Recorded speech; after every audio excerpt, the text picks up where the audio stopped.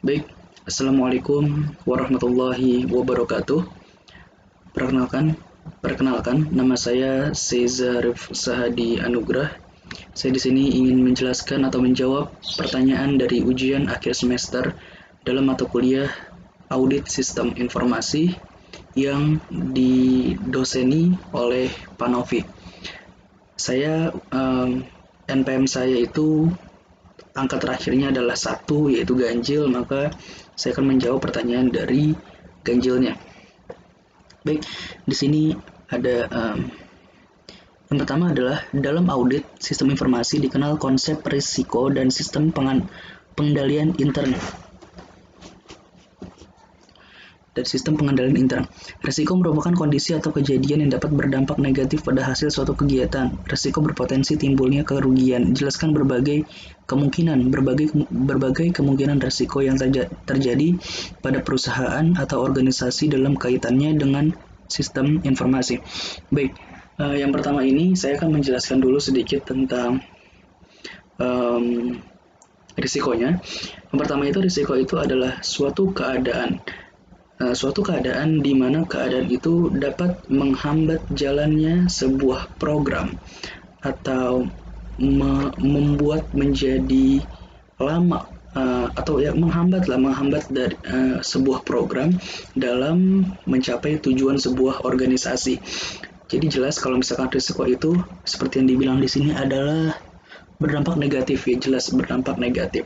Lalu pengertian audit itu adalah um, segala segala upaya yang dilakukan untuk pengecekan keaslian sebuah data, entah data itu berupa keuangan atau entitas ataupun IT produk dan sebagainya, itu bisa dicek keasliannya lewat audit.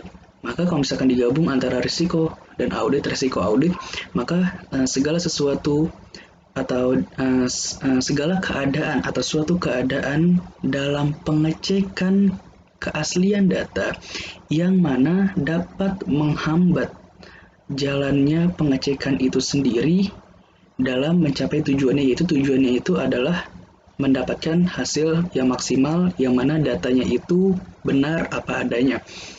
Lalu di sini ditanyakan juga, jelaskan berbagai kemungkinan resiko yang terjadi pada perusahaan atau organisasi. Seperti yang saya sebutkan tadi, audit itu ada soal data keuangan, ada entitas, ada IT production dan sebagainya. Kalau dari keuangan itu resikonya itu ya pasti entah salah input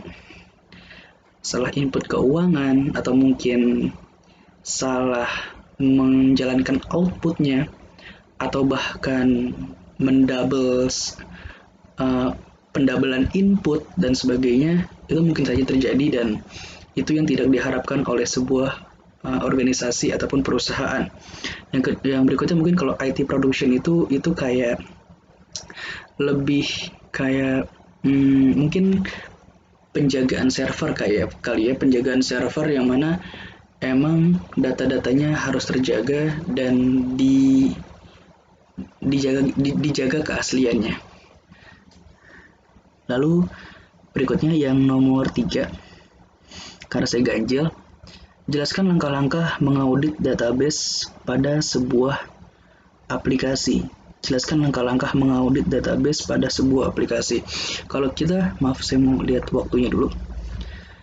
Kalau kita melihat dari yang simpel-simpel saja seperti database localhost, phpMyAdmin, itu mungkin kita kayak bisa bikin database-nya dulu, kita terus lalu bikin tabelnya, bikin kolomnya dan sebagainya, itu nanti bisa diisi dan bisa dikonekin lewat website atau dikonekin ke website ya melalui connection. Lalu tadi mengauditnya itu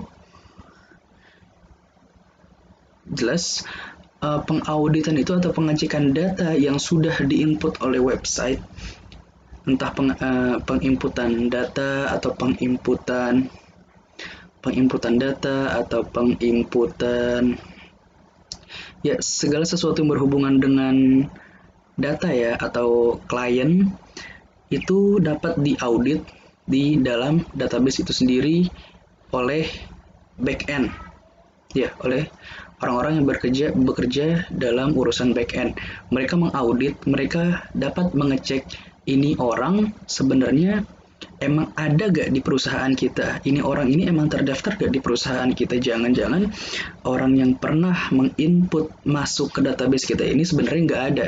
Itu mungkin bisa salah satunya seperti itu. Lalu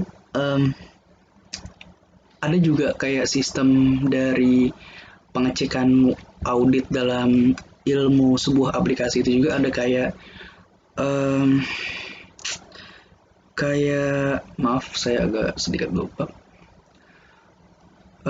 kayak patching itu kayak menambal itu kalau misalkan websitenya ada yang kurang atau mungkin sistem auditnya ada yang kurang itu ditambal ditutupin diganti lah gitu lebih lebih lebih baik lagi diganti yang lebih bagus lagi.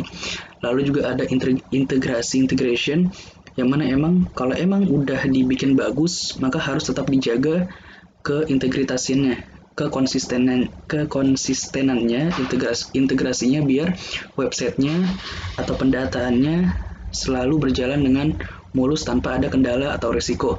Lalu juga ya mungkin segitu aja. Makasih atas perhatiannya, kurang lebihnya mohon maaf. Wassalamualaikum warahmatullahi wabarakatuh.